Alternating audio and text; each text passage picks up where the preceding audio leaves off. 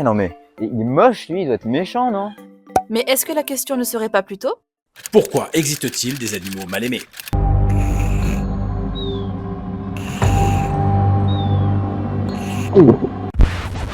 Voilà, je t'arrête tout de suite. Ça, c'est une légende. Nous n'avalons aucune araignée pendant notre sommeil.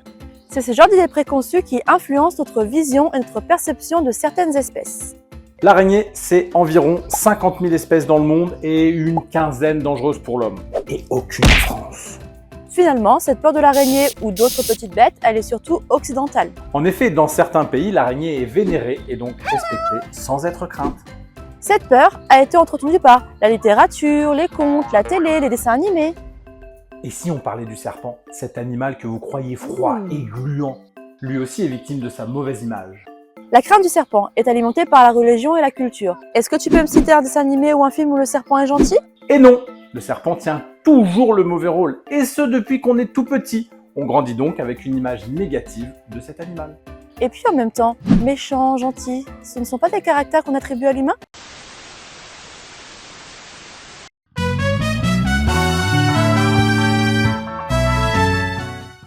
Top, je suis un champion de la nature, à l'odorat remarquable, capable de détecter certaines maladies comme la tuberculose et capable de détecter certaines mines dans le sol. La mer Noire. Le chien.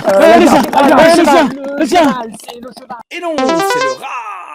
Malgré l'image négative que tu as du rat, il a sa place dans notre écosystème. C'est lui qui va par exemple libérer nos égouts de nos déchets. C'est donc un animal qui mériterait d'être davantage considéré.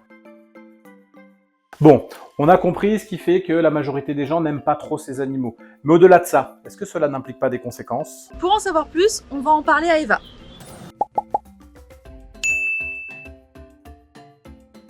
Alors, par le passé, oui, puisque ces animaux étaient associés à de la sorcellerie. Donc le chat noir, les crapauds, les chouettes, retrouvés cloués sur les portes.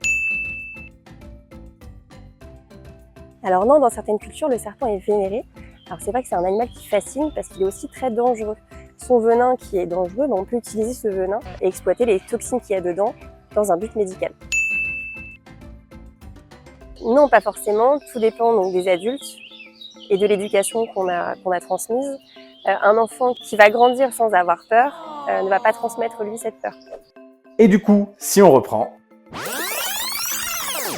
Pourquoi existe-t-il des animaux mal aimés? Depuis l'enfance, nous sommes bombardés d'images négatives et de préjugés sur certains animaux. Ce sont nos interprétations, nos croyances, notre éducation qui influent sur notre perception personnelle. Alors que l'apparence et le comportement des animaux est la traduction de leur mode et milieu de vie. C'est le principe de l'adaptation à l'environnement. Et voilà, c'est la fin de cette vidéo. Si tu as des questions, On a les réponses, viens nous les poser aux Damien. ou envoie-les ici.